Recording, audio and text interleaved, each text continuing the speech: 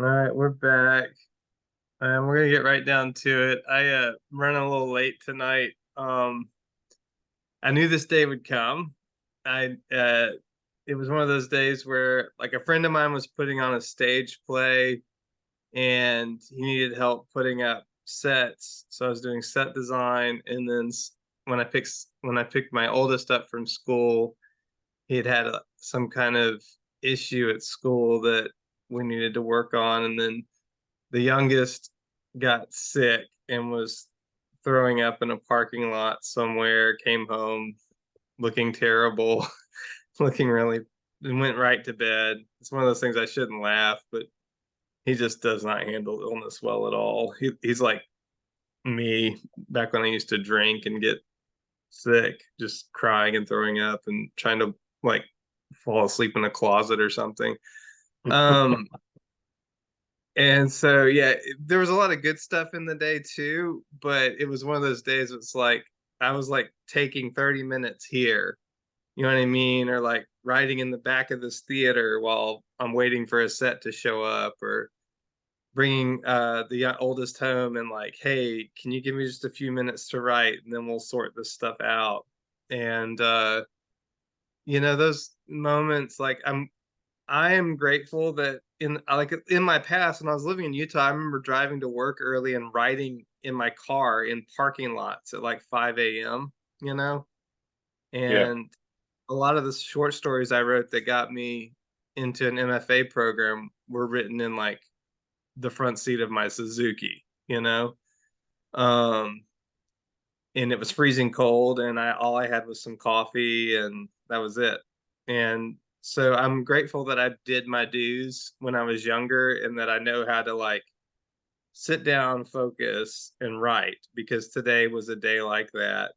But one of the things I was thinking about is I also think that there's opportunities in it.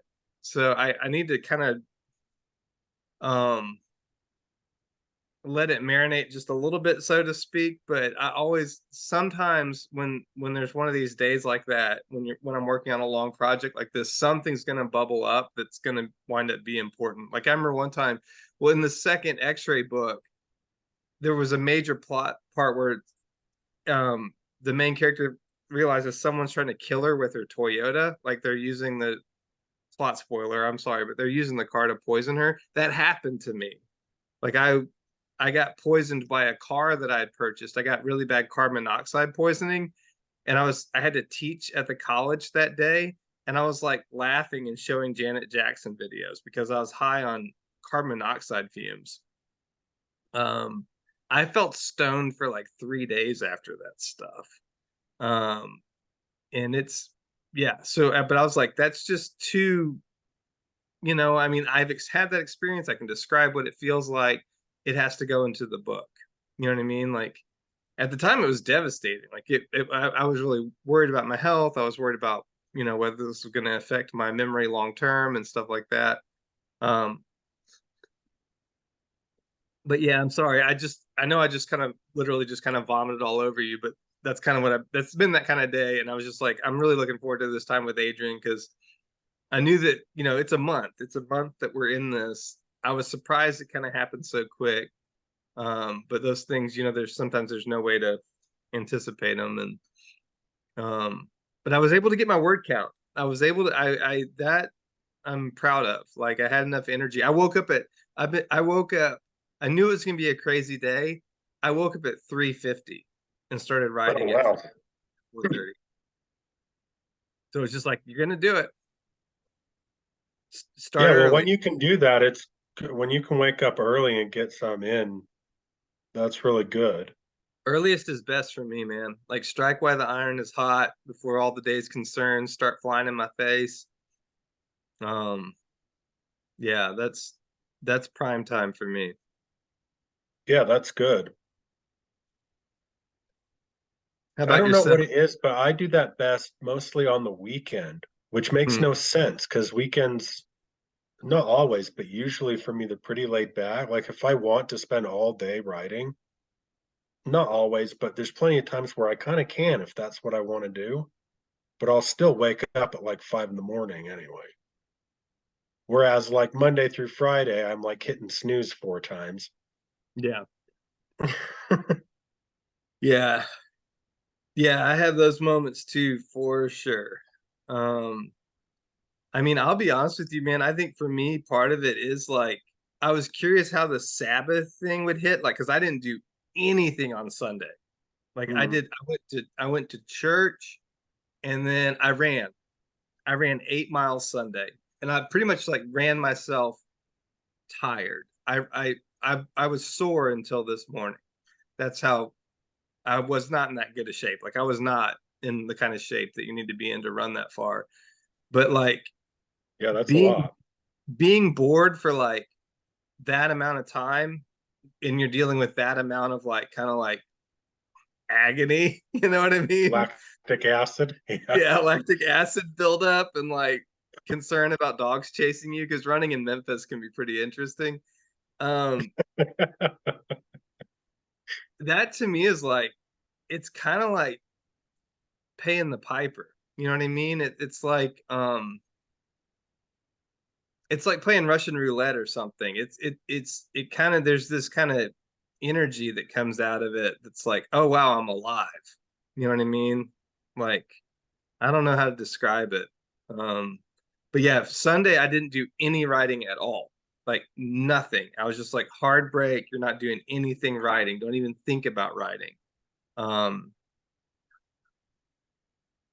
I did read some, but that was it.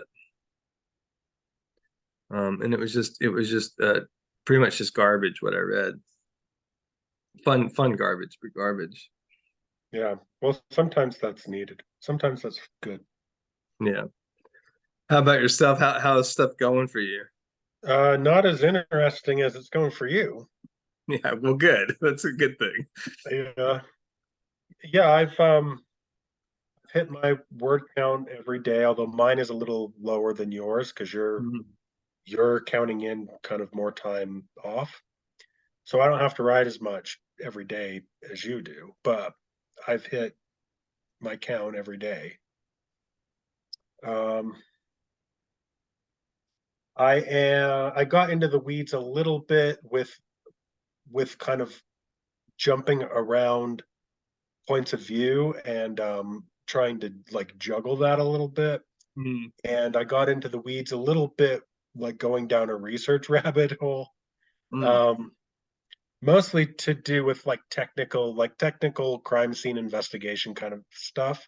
Anyway, that can swallow you up fast, Oh yeah. especially because I couldn't really find what I was looking for.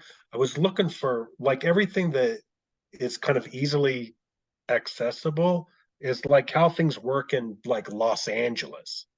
Mhm. And I need information about how things work like in a rural county in middle of nowhere. Yeah. Because I know that it's going to be different.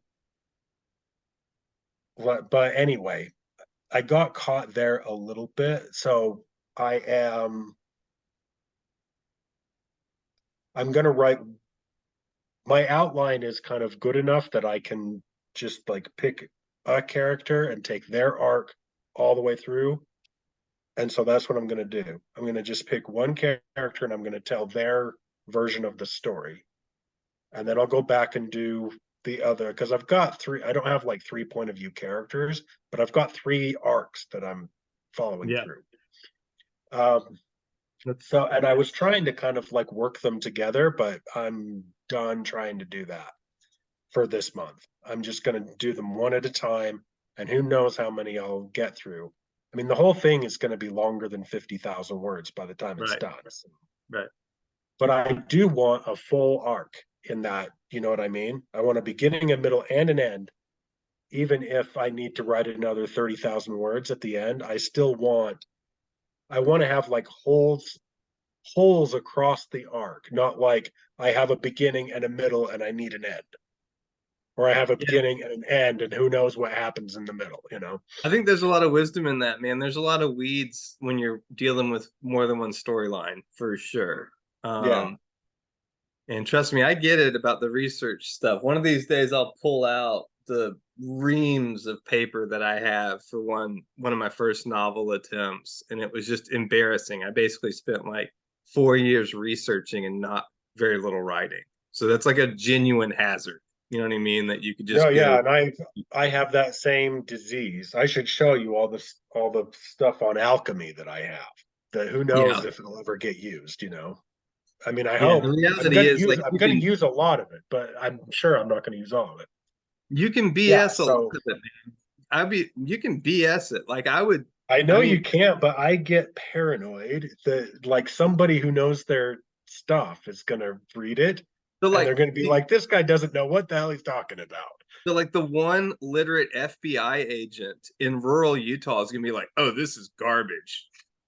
You know what I mean? Like, And also I have this thing about the more that you kind of dabble in like supernatural stuff or like more more speculative kind of things that are fantastical, the more the kind of like basic objective facts have to be accurate, or else people aren't going to believe in your thing.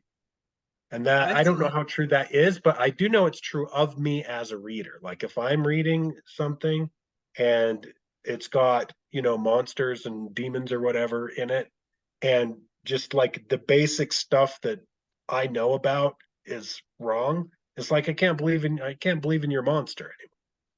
I don't know, man. I saw something the other day, and I want to sing its praises. A friend of mine shared this with me, and I can't. I'll try to find the source and put a post down below. It was a meme. This is meme advice, and it's the best meme writing advice I've ever heard. It's basically the rule of threes for plausibility. All right, so check this out. I'll explain it as quickly as I can. Um, if you're dealing with an alternate universe or you need to sound credible on something, all you need is two layers. You only need two layers to sound credible. What do I mean? Well, here's the example they give in the meme. The vampires can't go underground. It would make sense for them to go underground, but in this world, the vampires can't go underground. They can't stay in the sewers because in the sewers, there's giant vampire eating alligators. That's first layer. Why are there giant vampire eating alligators in the sewers? Well, because the cult of nuns feeds the giant vampire eating alligators that live in the sewer. Why why are these alligators being fed by the cult of nuns? Well, to keep the vampires out of the sewer. Then from that point on, it's turtles all the way down. Like if you've explained two layers of something, the reader at that point is just like, oh, well, there's a reason for all of this. Yeah, and I'm fine with your vampires and your vampire eating alligators and your nuns as long as you understand the difference between a medical examiner and a coroner. Mm, That's kind of what I mean. You know, like your mundane details need to be right. And I'll believe all of your crazy stuff if your that's, mundane details are right. that's one of the beauties of the first person, right? Because I only need to know as much as what the narrator knows, right? So in Yeah, third person, the narrator has to know everything. But in first person, if your character doesn't know the difference between a coroner and a medical examiner, like that's actually character development. This person doesn't know the difference between a coroner and you can call them out on it, you know what I mean? But you yourself don't have to know the difference either, you know? yeah. Anyway, right now, what I'm doing, I have no idea long term what I'm going to do, but right now, I'm just skipping it. Yeah. That's for like during the revision process. I'll get all of that when I've got all the time in the world to kind of suss out every little kind of thing. I mean, then I'll have problems too. Then I'll have to be like, okay, like this is enough. Nobody's going to care beyond this point. It's Right. enough, you know. But I can't worry about it right now, or I'm never gonna. I'll spend all my time figuring that out and no time writing, you know. So I'm just skipping it right now. I know that's hard, man, but I'm I'm just proud kind of of you. guessing and trying to make like an intelligent make it up. Mm, And I'm trying to not write anything that if the truth turns out to be radically different, it's not going to ruin my story. right. Right. Yeah, no, that's, I don't know, man. My hat's off to you for that. And it'd be interesting if we could keep score, just like how many things have to be radically changed. You know what I mean? Because I feel like that would be pretty revelatory if we see that like actually all this research at this point in our careers is not as needed as we kind of feel like it is. Because I do think research for me can become a major crutch and a just a time waster, you know. Yeah, Um, it can for me too, but also like even as a reader, I like novels that have like a body of knowledge that you kind of yeah, learn about that thing while you're reading a novel, you know? yeah, I think it's interesting and I think it's cool and so I don't mind like writing some of that. But I'm not going to be that guy for like police procedural stuff no, because first it's just not that interesting to me first of all. Like no, I really just want verisimilitude. Like yeah. the kind of step by steps of a police investigation is actually not interesting to me. But I need to have enough of it that you believe that my policeman is a policeman, you know? Yeah, I'm with you on that. Well, man, that's it for tonight. We'll be back. I may be working at the hospital on Thursday, but we'll try to figure that out. We'll talk about that and we'll get it sorted out. But man, have good writing tomorrow. And any more this evening if you put in some more hours this evening. Um, I'll see you again soon. You too.